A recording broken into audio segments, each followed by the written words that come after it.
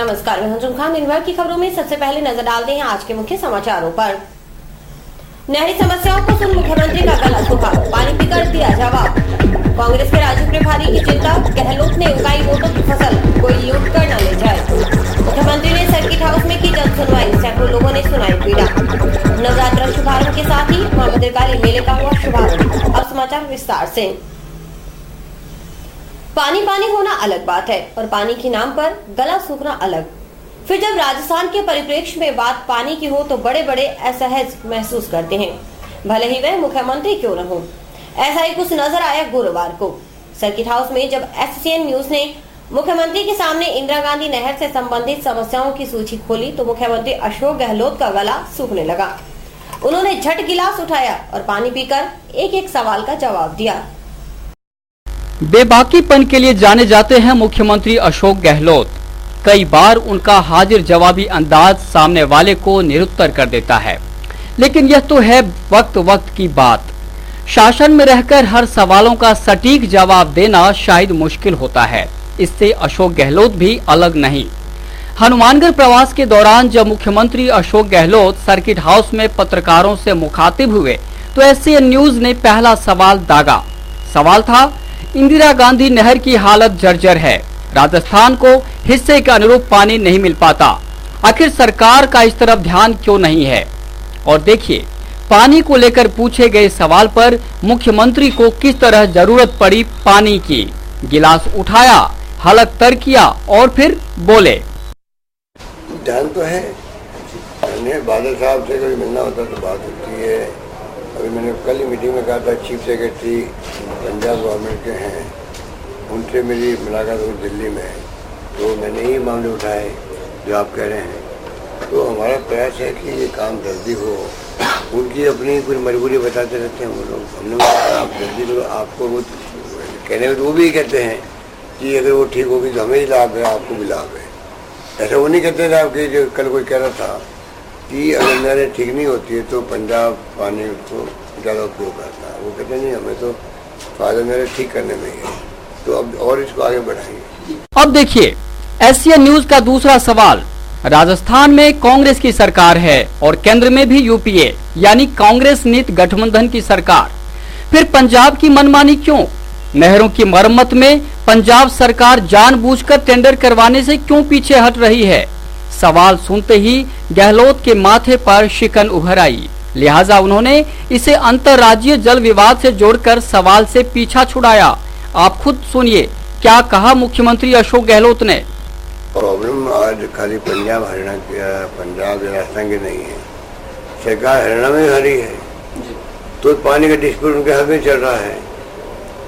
या आप देखिए, कर्नाटका तमिलनाडु की बात करें, हर जगह महाराष्ट्र कर्नाटक की बात करें, हर जगह पानी डिस्प्यूट ऐसे होते हैं जहाँ पर कोर्ट तक लोग जाते हैं, सुप्रीम कोर्ट तक जाना पड़ रहा है। तो कुछ इशू ऐसे होते हैं, पर मैं ये बताता हूँ कि नहीं करते पानी के जाए। जब तकलीफ आई मेरे वक्त में, मैं पिछली बार 5 साल में कह सकता हूँ और इस बार भी मैं कह सकता हूँ कि पंजाब ने भी कोऑपरेट किया है। हमने उनसे मांग करी और बीबीएमबी मेन तो वो है, बीबीएमबी को हमने कहा तो हमें मतलब सहयोग मिला है और पानी आया है और लोगों को मिला है। बल्कि पहली बार जैसलमेर तक टेल एंड में पानी जा गया। जैसलमेर तक पानी जाना बहुत बड़ी उपलब्धि थी। आपने देखा होगा 3 साल पहले जैसलमेर वाले कहता पहली बार पानी हमने देखा है टेल एंड में, वरना नहरों में करोड़ों रुपये लगे हुए थे, आज तक पानी आया ही नहीं। तो ये हमारी उपलब्धि मैं मानता हूँ कि हमने बगैर लाठीचार्ज की हुई, तनाव भी पैदा नहीं होने दिया, कोशिश करी कि आप बातचीत करें, डायलॉग के माध्यम से ही कामयाब हम लोग। अगला सवाल थोड़ा तीखा था, खासकर हुक्मरानों के लिए। सवाल था कि जब नहर की लंबाई बढ़ाने की बात हो रही है तो फिर पीछे से नहर को मजबूत करने यानी मरम्मत को प्राथमिकता देने पर ध्यान क्यों नहीं दिया जा रहा। लेकिन यहाँ पर थे मुख्यमंत्री अशोक गहलोत, हर बात का मतलब समझने और निकालने में माहिर। उन्होंने बड़ी चतुराई से सवाल का जवाब दिया। बात बात में वसुंधरा राजे सरकार पर निशाना साधने से नहीं चूके। कोशिश करेंगे कि अपने साइड में भी उन साइड में भी जल्दी काम कैसे हो गया और हम लोग इसको आगे बढ़ाएंगे। दूसरा सर ये था कि ब्याज मुक्त फसलें, पानी का मैंने जो कहा आपको, ये कम बात नहीं है। जो घरसाना रावला की बात आपके हमारे देखते हुए, घरसाना रावला में जो कुछ भी तमाचे हुए थे, फायरिंग हुई थी, नहीं हुई है, बिल्कुल सही है, लेकिन भविष्य की बात हम कर रहे हैं कि सरकार को भविष्य का भी ध्यान रखना ही होगा। इतिहास को याद करते हैं तो भविष्य सुधरता हमारा। इतिहास ये गवाह करता है कि इतिहास में लोगों ने जिस प्रकार फायरिंग की वहाँ पर, जिस प्रकार से तनाव पैदा किया, जिस प्रकार किसान नेताओं को गुंडा बताया गया, असामरिक तत्व बताया गया, भड़काया गया, फायरिंग हुई, इससे बड़ी लापरवाही कोई हो नहीं सकती है। इतिहास जब सबक लेंगे तो मैं समझता हूँ भविष्य के अंदर सही फैसले होंगे। उस वक्त भी हम इसीलिए इस बात को बोलते थे, तो आप निश्चित रूप नहरों का उपयोग। इंदिरा गांधी नहर में पंजाब की फैक्ट्रियों से गंदा पानी आने संबंधी सवाल पर गंभीर हुए मुख्यमंत्री, लेकिन उन्होंने कहा कि पहले ऐसी खबरें आई थीं, लेकिन फिलहाल ऐसी कोई सूचना नहीं। ये मुद्दा पहले भी आया था। जी हाँ, याद होगा। उसके अंदर मरे हुए जानवर, मरी हुई लाशें, मनुष्य की भी, यहाँ तक भी आरोप लगे थे उस वक्त के अंदर। आप बिल्कुल ठीक कह रहे हो, ये बहुत गंभीर मामला है और मैं इसको उसी दृष्टि से उठाऊंगा और हम कोशिश करेंगे कि ये समस्या समाधान कैसे हो। अगर फैक्ट्रियों का पानी नहर में डाले, इससे बड़ा दुर्भाग्य क्या होगा। पानी की एक एक बूंद बचाने की बात हो रही देश के अंदर और हमारे प्रदेश में विशेष रूप से, वहाँ पे अगर पानी अगर इस प्रकार का आएगा तो मैं समझता हूँ कि बहुत ही गंभीर बात है। बिल्कुल। एक सवाल ब्याज मुक्त फसल ऋण योजना को लेकर भी था। उनसे पूछा गया कि योजना से लाभान्वित होने के लिए आवेदक ज्यादा हैं, लेकिन बैंकों के पास फंड नहीं। इस पर बेबाक बोले गहलोत। उन्होंने कुछ इस तरह दूर किया कंफ्यूजन। देखिए, वो एक गलतफहमी किसी को नहीं होनी चाहिए। हमने पहले 2,500 करोड़ मिलते थे, ये ऋण मिलता था पिछली गवर्नमेंट वक्त में। हमने बढ़ा के पहले 8,000 करोड़ किया, फिर 10,000 करोड़ किए, अब 15,000 करोड़ का टारगेट इस बार रखा हम लोगों ने। ठीक है, हमने कहा है किसान को 1 लाख रुपए तक का जो ऋण लेगा समय में चुकाएगा, ब्याज सरकार भरेगी। और यह आखिरी सवाल भले राजस्थान और राजस्थानियों के लिए महत्वपूर्ण था, लेकिन मुख्यमंत्री का जवाब उससे भी अधिक महत्वपूर्ण। जब उनसे पूछा गया कि राजस्थानी भाषा को मान्यता दिलाने का मुद्दा तूल पकड़ता जा रहा है, लेकिन सरकार गंभीर नहीं, तो गहलोत ने इशारे ही इशारे में बहुत कुछ कह दिया। राजस्थानी मुद्दा जो है 50 साल तक ट्राई किया लोगों ने, कभी असेंबली से प्रस्ताव पास नहीं हो पाया था। मेरे वक्त में हम लोगों ने असेंबली का संकल्प पास करवा दिया सर्वसम्मति से। ये बहुत बड़ी उपलब्धि थी उस वक्त। अब उसके बाद में केंद्र सरकार की अपने वहाँ पे और कई मांग कर रहे हैं कई राज्यों में कई भाषाओं के बारे में, तो वो उसके अंदर अभी आगे बढ़ नहीं पाया है। हमारा प्रयास है कि वो वहाँ जल्दी मान्यता मिले। 50 आदमी का मुद्दा बना हुआ है, भी नहीं पाया, तो मैं इससे असहमत हूँ, क्योंकि मुद्दा जो है बनता तो 20-30 साल पहले बन जाता। ये तो हमने आगे बढ़ कर के असेंबली में जो प्रस्ताव करवा दिया। तो जो रिक्वायरमेंट होती है कोई भाषा को 8वीं अनुसूची में डालने के लिए कि उसकी वहाँ की असेंबली उसको पहले उसको अप्रूव करे या संकल्प पास करे, वो पास हमने कर दिया है, तो आगे हम और ट्राई करें। कुल मिलाकर मुख्यमंत्री अशोक गहलोत का हनुमानगढ़ दौरा कई मायने में खास रहा। उन्होंने जन सुनवाई कर जहां सैकड़ों लोगों में उम्मीद जगाई, वहीं अपनी पार्टी की अंदरूनी राजनीति के कई नेताओं को आईना भी दिखाया। कुल मिलाकर मुख्यमंत्री अशोक गहलोत का हनुमानगढ़ दौरा कई मायने में खास रहा। उन्होंने जन सुनवाई कर जहां सैकड़ों लोगों में उम्मीद जगाई, वहीं अपनी ही पार्टी की अंदरूनी राजनीति करने वाले कई नेताओं को आईना भी दिखाया। फिर राजनीतिक प्रतिद्वंदी पर प्रहार करना तो जैसे उनका दायित्व है। Bureau report, SCN news, Hanumangarh. Congress के राज्य प्रभारी मुकुल वासनिक का मानना है कि राजस्थान में अशोक गहलोत ने अपनी योजनाओं के माध्यम से आमजन का विश्वास जीता है। इससे कांग्रेस के प्रति लोगों का विश्वास बढ़ा है। यानी गहलोत ने प्रदेश में वोटों की बम्पर फसल उगाने में सफलता हासिल की, लेकिन डर है कि विपक्ष उसे लूट कर न ले जाए। हनुमानगढ़ में हुई जनसभा में उन्होंने इन भावों के माध्यम से कार्यकर्ताओं को सावधान रहने की नसीहत दी। हनुमानगढ़ टाउन में हुई कांग्रेस की जनसभा। मौसम खराब होने के बावजूद काफी संख्या में लोग सभा में डटे रहे और मुख्यमंत्री अशोक गहलोत का इंतजार करते रहे। करीब 3 घंटे देरी से सभा शुरू हुई। पूर्व केंद्रीय मंत्री और कांग्रेस के राजस्थान प्रभारी मुकुल वासनिक ने कहा कि गहलोत सरकार ने आमजन का ध्यान रखते हुए कई कल्याणकारी योजनाएं लागू की हैं। इससे कांग्रेस के प्रति जनता में लहर है, लेकिन कुछ लोग लोगों को गुमराह करने के लिए निकले हैं। उनसे सावधान रहने की जरूरत है ताकि कोई वोटों की फसल को लूटने में कामयाब न हो। उन्होंने चुनाव को जंग बताते हुए इसमें मनोयोग से जुटने की अपील की। कहीं ऐसा न हो कि कोई और आए और हमारी फसल लूट के चले जाए। जंग के मैदान के लिए हमें तैयार होना है। कांग्रेस का संदेश लेकर हमें गली मोहल्लों में पहुंचना है। हनुमानगढ़ के विधायक चौधरी विनोद कुमार की तारीफ करने में किसी ने कंजूसी नहीं बरती। कांग्रेस के राजस्थान प्रभारी मुकुल वासनिक ने कहा कि चौधरी विनोद कुमार ने कभी पार्टी से कुछ नहीं मांगा। वे पार्टी के निष्ठावान और समर्पित नेता हैं। उनसे हर कार्यकर्ता और नेता को सीख लेनी चाहिए। आज तक कभी किसी को ये नहीं कहा कि मुझे मंत्री बनाओ। अक्सर हम लोगों के लिए ये बहुत बड़ी परेशानी रहती। पहले तो चुनाव के लिए टिकट मांगे, फिर टिकट मिलने के बाद उसे कामयाब करने के लिए नेताओं का वहां पर जमघट लगाए, फिर कामयाब होने के बाद फिर मंत्री बनाने के लिए बहुत सारी मांगे सामने आती। लेकिन विनोद चौधरी कांग्रेस के लिए एक समर्पित ऐसा कांग्रेस का नेता, कांग्रेस के आदर्शों में, कांग्रेस के मूल्यों में, कांग्रेस के नेता के प्रति पूरी तरह से समर्पित रहकर उन्होंने काम किया। मैं उम्मीद करता हूं कि यहां पर कांग्रेस की जड़ों को और अधिक आप मजबूत करेंगे। खुद मुख्यमंत्री अशोक गहलोत भी राज्य मंत्री चौधरी विनोद कुमार की प्रशंसा करने से नहीं चूके। उन्होंने कहा कि आज की राजनीति में चौधरी विनोद कुमार जैसा व्यक्ति मिलना मुश्किल है। विनोद चौधरी के बारे में आप लोगों को नहीं कहा, ऐसे लोग मिलने बहुत मुश्किल होते हैं। जब समझ लोग आगे काम करें, जो काम आपने इनको कहा जो कभी मना नहीं किया।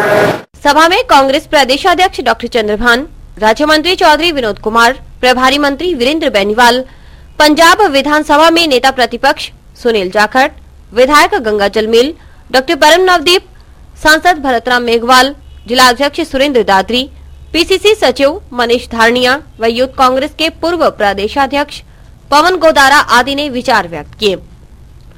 वक्ताओं ने कांग्रेस को फिर से सत्ता में वापस लाने की आवश्यकता जताई। मुख्यमंत्री अशोक गहलोत ने कहा कि हमने बजट में हर वर्ग को छूने का प्रयास किया।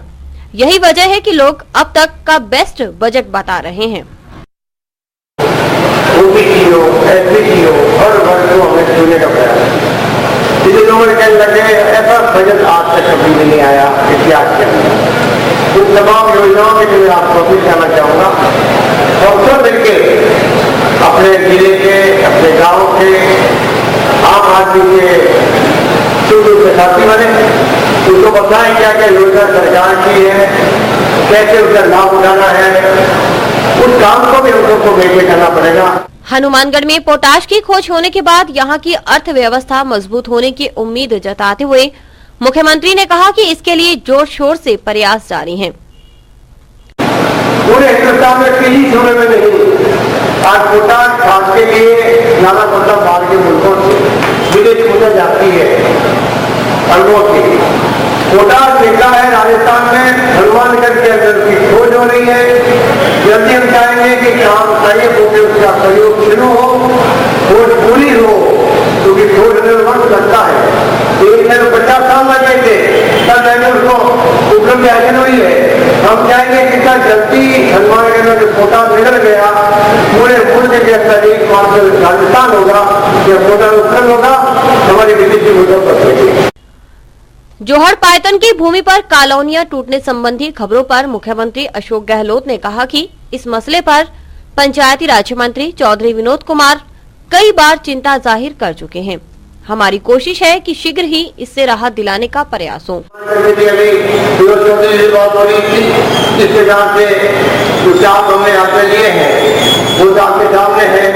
बाकी जो कुछ भी हमने करने का प्रयास किया, आप निश्चित रहें। आपने यहाँ जोर और पार्टियों की जो सुप्रीम कोर्ट का आदेश है, उसके पूरे देश के अंदर संविधान लागू हुआ है, कई मतदानों को हटाने की बात की जा रही है। हम चाहेंगे तो यहाँ पर निकले सुप्रीम कोर्ट से, जिससे कि हनुमानगढ़ के लोगों को तकलीफ नहीं हो, ये सरकार का प्रयास रहेगा। ये मैं आपको विश्वास दिलाना चाहता हूँ। केंद्रीय विभाग को लेकर के मुख्यमंत्री ने हनुमानगढ़ में हुए विकास की गति को आगे बढ़ाने की बात कही। उनका कहना था कि एनएमपीजी कॉलेज का सरकारीकरण से विद्यार्थियों को लाभ मिला है। 4 लेन से विकास की गति और बढ़ेगी। साथ ही उन्होंने कहा कि हनुमानगढ़ श्रीगंगानगर जिले के किसानों को कृषि कनेक्शन दिलाने में विशेष रियायत दी जाएगी। कॉलेज आपकी तकलीफें थी, मैंने मुझे कहा हमने एक झटके में आपकी नेहरू जी के नाम की कॉलेज, नेहरू मेमोरियल कॉलेज चल रही आपके यहाँ 20 लाख दिए उनको, उसमें कोई दिक्कत नहीं है। और मेन आपसे जो शिलान्यास हो रहे हैं वो तो अलग वाले खेल संकुल का भी और आपके कॉलेज का और किस तरह की योजना है। बाकी जो बिजली के कनेक्शन की मांग और पॉपुलर डिमांड है ये गंगानगर हनुमानगढ़ के लोगों की, जो लोग क्लेटर बन गए हैं, जो कनेक्शन मांग रहे थे सरकार बिजली पा रही थी, क्योंकि शहर में गाड़ी का नाम है खींचने के लिए उसको दे नहीं पा रहे थे। सरकार ने फैसला कर लिया है हनुमानगढ़ गंगानगर के लोगों को विशेष छूट देकर के हम जाएंगे कि से लोगों को बिजली कनेक्शन मिले। संबोधन के आखिर में मुख्यमंत्री अशोक गहलोत भाजपा पर निशाना साधने से नहीं चूके। उन्होंने पूर्व मुख्यमंत्री वसुंधरा राजे को नौटंकीबाज बताते हुए कहा कि उनकी तरह लटके झटके मुझे नहीं आते, हम तो सीधे साधे लोग हैं। उन्होंने कार्यकर्ताओं सहित जनता को आगाह किया कि वे गुमराह न हों। आप लोग ध्यान रखें, क्योंकि कटे में कटे फर्क है, नीति नीति की साफ नहीं है, झूठे बातें करते हैं। 5 साल से शासन किया, क्या क्या नहीं किया आपकी जानकारी में सब बात सुन चुके हो नेताओं से, और किस प्रकार से उनका तरीका है, रवैया है, यादें देने का है, गुमराह करने का है, लफाजी करने का है, कांग्रेस को बदनाम करने का है, कांग्रेस नेताओं को बदनाम करने का है, ये उनकी फिल्म के अंदर है। लोग तो सीधे सारे लोग हैं जो आपके सामने बैठे रहे हैं, दिल में जो आता है वो दीवार पे लाते हैं। किसान की बात हो, गांव की बात हो, गरीब की बात, इसलिए मैंने कल कहा आज भगवान आया भी है कि लटके झटके हमसे होंगे नहीं, ये मैं आपको चले गया। लटके झटके करने वालों से आप सावधान रहे। लटके झटके करके बर्बाद कर दिया राजस्थान को, पहले भी कुशासन दिया। आज उनकी पार्टी के नेता घनश्याम तिवारी खुद कह रहे हैं कि लुटेरे वापस आ गए हैं राजस्थान के अंदर, वो तो लंदन भगे हुए अभी तक भी लूट रहे थे राजस्थान को जमाने के अंदर, आज वो देश का भगोड़ा है। 2 दिवसीय प्रवास पर हनुमानगढ़ पहुंचे मुख्यमंत्री अशोक गहलोत ने सर्किट हाउस में गुरुवार सुबह जन सुनवाई की। इस दौरान कई लोगों की पीड़ा उभर कर आई तो मुख्यमंत्री ने भी संवेदनशीलता दिखाते हुए उनके दर्द पर मरहम लगाने का प्रयास किया। उन्होंने अधिकांश मामलों में जिला कलेक्टर सुबीर कुमार और एसपी कुमार राष्ट्रदीप को कार्रवाई करने के निर्देश दिए। भाजपाई पार्षदों के साथ बातचीत से शुरू हुई मुख्यमंत्री की जन सुनवाई। नगर परिषद के उप सभापति कालूराम शर्मा, पूर्व पार्षद राजेंद्र चौधरी, सौरभ शर्मा, पार्षद नगीना बाई, राजू नागपाल व सुरेश कुमार आदि ने मुख्यमंत्री को बताया कि सरकार की योजनाएं अच्छी हैं, लेकिन उसे जमीनी स्तर पर लागू करने की जरूरत है। उन्होंने बीपीएल परिवारों को नियमों की विसंगतियों के कारण भूखंड और मकान बनाने के लिए राशि नहीं मिलने की बात कही तो गहलोत ने कहा कि विसंगतियों को दूर किया जाएगा। जिला कलेक्टर सुबीर कुमार ने पार्षदों की खास तौर पर मुख्यमंत्री से मुलाकात करवाई। आपको बता दें कि इन पार्षदों ने मुख्यमंत्री को काले झंडे दिखाने की चेतावनी दी थी। इसके तहत शहर में काले झंडे बनाने संबंधी खबर का एससीएन न्यूज ने प्रसारण किया तो प्रशासन हरकत में आया। उसके बाद जिला कलेक्टर सुबीर कुमार ने पार्षदों को वार्ता के लिए बुलाया और बात बन गई। राजस्थान होमगार्ड एसोसिएशन के प्रतिनिधि विजय शर्मा और राजेंद्र सिंह ने भी मुख्यमंत्री को ज्ञापन सौंपा। उन्होंने होमगार्ड को नियमित ड्यूटी उपलब्ध करवाने, मानदेय बढ़ाने और हटाए गए गार्डों को फिर से नियुक्ति करने की मांग की। वरिष्ठ नागरिक बलवंत सिंह ने मुख्यमंत्री को ज्ञापन देकर हनुमानगढ़ स्थित पारिवारिक न्यायालय में जज की नियुक्ति की मांग की। उन्होंने कहा कि पारिवारिक न्यायालय के निर्माण के लिए फंड नहीं होने से दिक्कत आ रही है। मिथिला सेवा समिति के संरक्षक देवकीनंदन चौधरी, अध्यक्ष एडवोकेट रिंकू मिश्रा, बलदेव दास व दिलखुश मंडल आदि ने मुख्यमंत्री को ज्ञापन दिया, जिसमें छठ पूजा पर सार्वजनिक अवकाश घोषित करने की मांग शामिल है। मुख्यमंत्री ने भरोसा दिलाया कि इस मसले पर गौर किया जाएगा। राजस्थान रोडवेज कर्मचारी यूनियन ने जरूरत के मुताबिक स्टाफ की भर्ती करने की मांग की। एकता यूनियन ने टोल नाकों पर अधिक टैक्स वसूलने का आरोप लगाते हुए मुख्यमंत्री को ज्ञापन सौंपा। मोहम्मद अकरम और महेंद्रपाल आदि ने मुख्यमंत्री से आग्रह किया कि वे राजस्थान राज्य सड़क विकास एवं निर्माण निगम के अधिकारियों को निर्देशित करें। राजस्थान पेंशनर समाज के अध्यक्ष आर्यन कक्कड़, देवकीनंदन चोटिया और जयसिंह बेनीवाल आदि ने मुख्यमंत्री को ज्ञापन दिया और जंक्शन स्थित डिस्पेंसरी में सुविधाएं बढ़ाने की आवश्यकता जताई। उन्होंने कहा कि जंक्शन और टाउन दो भागों में बटा है। अगर जंक्शन में आरसीपी कॉलोनी स्थित डिस्पेंसरी में सुविधाएं बढ़ाई जाती हैं, तो इससे टाउन स्थित जिला अस्पताल में मरीजों का दबाव घटेगा। कांग्रेस अन्य पिछड़ा वर्ग विभाग के जिलाध्यक्ष गुरदीप चहल, ऋषपाल मान, बलकर्ण सिंह, महेंद्र सिंह सिद्धू, इंद्र सिंह मकासर और प्रेम सिंह कमरानी आदि ने मुख्यमंत्री को ज्ञापन देकर बताया कि जिले में पंजाबी विषय के विद्यार्थियों की तादाद ज्यादा है, लेकिन पढ़ाने के लिए शिक्षक नहीं। ऐसे में बड़ी परेशानी आ रही है। उन्होंने पंजाबी बोर्ड अकादमी के अध्यक्ष पद पर शीघ्र नियुक्ति देने की मांग की। अखिल राजस्थान लेबोरेटरी तकनीशियन कर्मचारी संघ के जिला संरक्षक राजेंद्र स्वामी, अध्यक्ष हुंताराम और उपाध्यक्ष रविंद्र सिंह शेखावत आदि ने मुख्यमंत्री को ज्ञापन देकर केंद्र के समान वेतनमान देने, विशेष वेतन में बढ़ोतरी, हॉस्पिटल पेशेंट केयर भत्ता, वर्दी भत्ता व मैसिंग भत्ता आदि बढ़ाने की मांग की। समाचार अभी और भी देखते रहिए दिन भर की खबरें। Baby happy modern PG college, a brand for quality education द्वारा स्टूडेंट्स के करियर को ध्यान में रखते हुए विभिन्न प्रकार के कोर्सेज करवाए जाते हैं, जैसे MSc, MA, BCA, BBA, BSc, BCom, BA. College में वेल क्वालिफाइड लेक्चरर्स की कड़ी मेहनत से लगातार 3 वर्षों से स्टूडेंट्स ने महाराजा गंगा सिंह विश्वविद्यालय की मेरिट लिस्ट में अपना नाम लाकर शिक्षा के क्षेत्र में एक नया रिकॉर्ड कायम किया।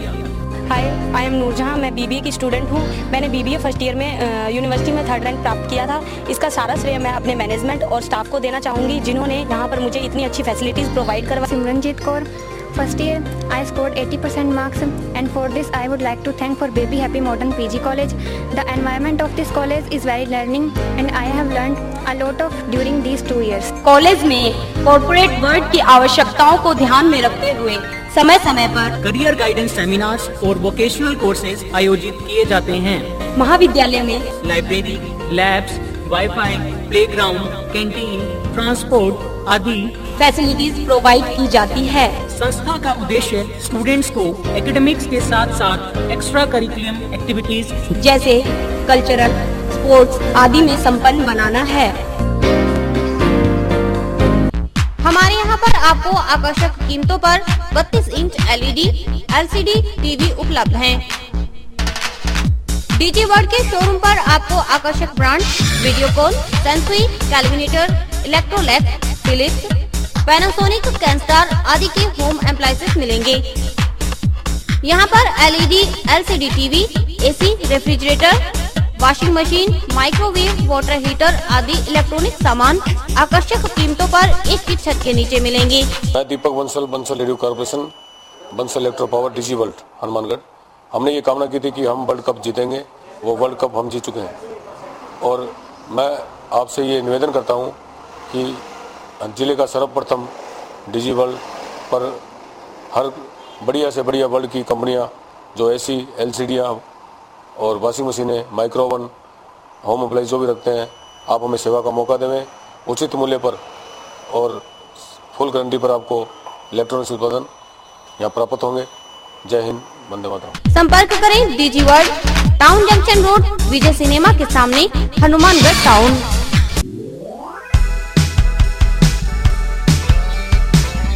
मीत कलेक्शन, एक कंप्लीट जेंट्स वेयर शोरूम।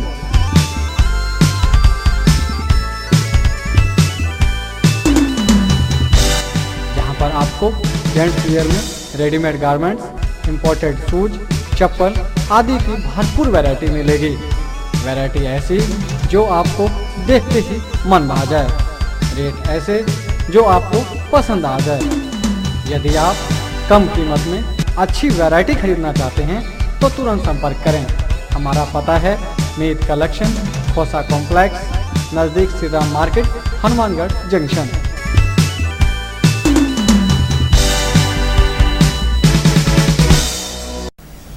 स्पिनफेड अधिकारियों को राज्य सरकार के समान छठे वेतनमान का लाभ न मिलने पर स्पिनफेड कर्मचारी एसोसिएशन संघ ने मुख्यमंत्री को ज्ञापन सौंपा। कर्मचारियों का कहना था कि उन्हें राज्य कर्मचारियों के समकक्ष वेतन दिए जाते रहे हैं। स्पिनफेड कर्मचारियों को छठे वेतनमान की सिफारिशों के अनुरूप वेतनमान दिए जाने का संचालक मंडल द्वारा निर्णय लिया जा चुका है। इसके उपरांत प्रबंधक द्वारा संचालक मंडल के आदेशों की अवहेलना की जा रही है।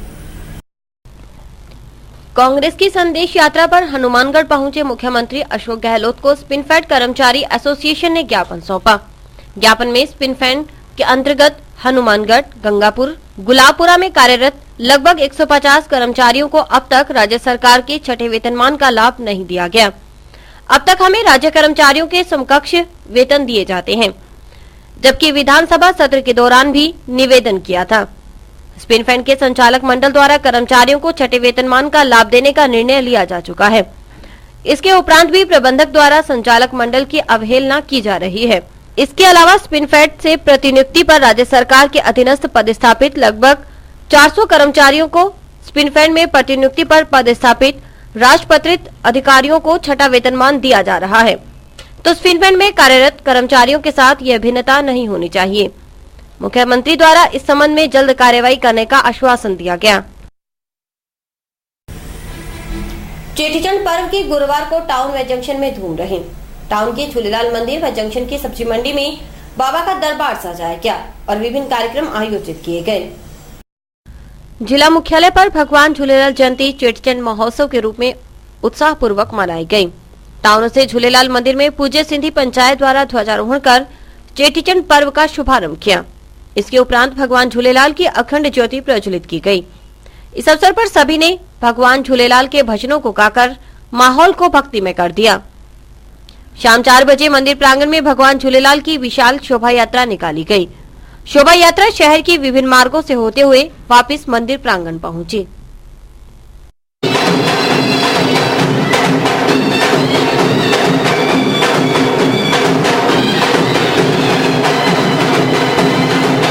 सवा 8 बजे ध्वजारोहण करके इस कार्य का आरंभ किया।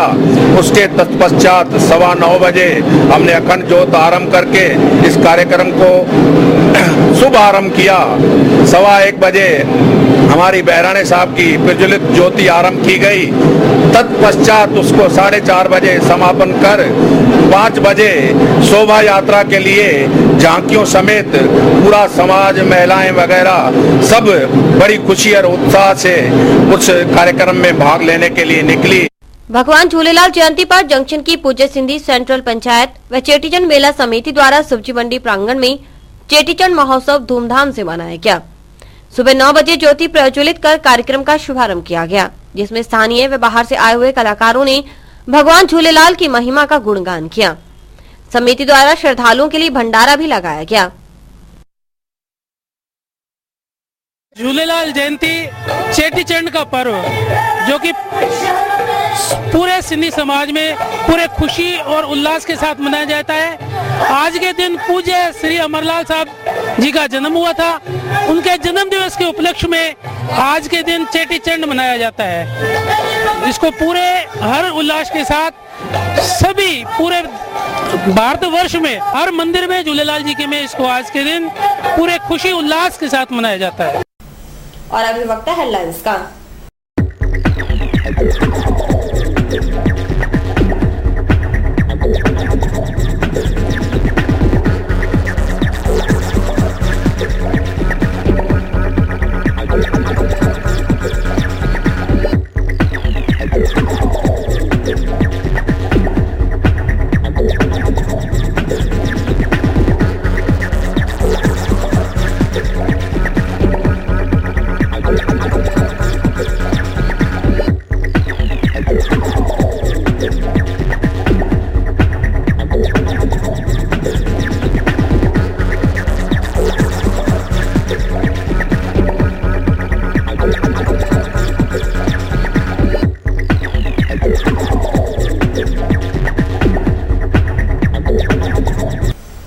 भारत विकास परिषद भटनेर की ओर से सुभाष चौक पर चैत्र शुक्ला एकम विक्रम संवत 2017 आरंभ होने पर नववर्ष मनाया गया। इस अवसर पर सभी लोगों को तिलक लगाकर प्रसाद बांटा गया। हनुमानगढ़ टाउन में भारत विकास परिषद भटनेर की ओर से आज चैत्र शुक्ला एकम विक्रम संवत 2017 नववर्ष मनाया गया। आज के दिन कलयुग शुरू हुए 5115 दिन पूरे हो गए। पुरातन शास्त्रों के अनुसार ऐसा माना जाता है कि आज के ही दिन ब्रह्मा जी ने सृष्टि की रचना की थी। इस मौके पर सभी लोगों को तिलक लगाकर प्रसाद बांटा गया और नववर्ष की बधाई दी गई। इस मौके पर भारत विकास परिषद के अध्यक्ष राजकुमार, भूपेंद्र अरोड़ा, प्रेम धिंगड़ा, संजय अग्रवाल, भारतेंदु सैनी उपस्थित थे। ये चैत्र शुक्ला एकम विक्रम संवत 2017 आरंभ होने पर नव वर्ष मना रहे हैं। आज हम सबको तिलक लगाकर प्रसाद देकर नव वर्ष का अभिनंदन कर रहे हैं। आज के दिन ही युगाब्द 5115 अर्थात कलयुग शुरू हुए 5115 वर्ष पूरे हो गए। तो आज के दिन कलयुग का आरंभ हुआ। तो ये सृष्टि नव वर्ष भी मनाते हैं। इसी दिन ब्रह्मा जी ने सृष्टि का निर्माण किया, ऐसे हमारी पुरातन शास्त्रों के अनुसार मान्यता है। नवरात्रा शुभारंभ के साथ ही भद्रकाली मंदिर में मेले का विधिवत शुभारंभ हुआ। देवस्थान विभाग के अधिकारियों ने घट स्थापना कर पूजा अर्चना की। आज पहले दिन मेला स्थल पर श्रद्धालुओं की भारी भीड़ रही। टाउन के निकटवर्ती गांव अमरपुरा थेड़ी में घग्गर नदी के किनारे स्थित मां भद्रकाली के ऐतिहासिक मंदिर में मेले का भव्य शुभारंभ हुआ। हालांकि मेले का उद्घाटन जिला कलेक्टर सुबीर कुमार ने करना था, लेकिन हनुमानगढ़ में मुख्यमंत्री के आगमन से कोई भी प्रशासनिक अधिकारी मेले में उपस्थित नहीं हो सका। इसलिए देवस्थान विभाग के अधिकारियों ने ही पूजा अर्चना कर मेले का विधिवत उद्घाटन किया। मेले के शुभारंभ होने के साथ ही मंदिर परिसर में श्रद्धालुओं की भीड़ उमड़ने लगी है। 9 दिन तक चलने वाले इस मेले में राजस्थान ही नहीं बल्कि आसपास के राज्यों से लाखों श्रद्धालु यहां पहुंचते हैं। मेले में आने वाले श्रद्धालुओं की बढ़ती संख्या को देखते हुए जिला प्रशासन व देवस्थान विभाग ने समय रहते सभी तैयारियां पूरी कर ली हैं, ताकि किसी भी श्रद्धालु भक्त को किसी प्रकार की दिक्कत न आए। वहीं सुरक्षा व्यवस्था को लेकर भी जिला पुलिस पूरी तरह मुस्तैद है। मेले में भाट क्लब के सदस्य भी व्यवस्था को सुचारू बनाने के लिए अपना सहयोग देते हैं।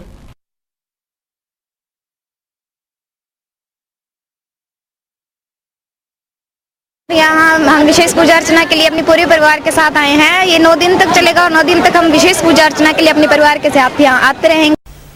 और इसी के साथ समाचार समाप्त हुए। रोजाना देखते रहिए समाचार। नमस्कार।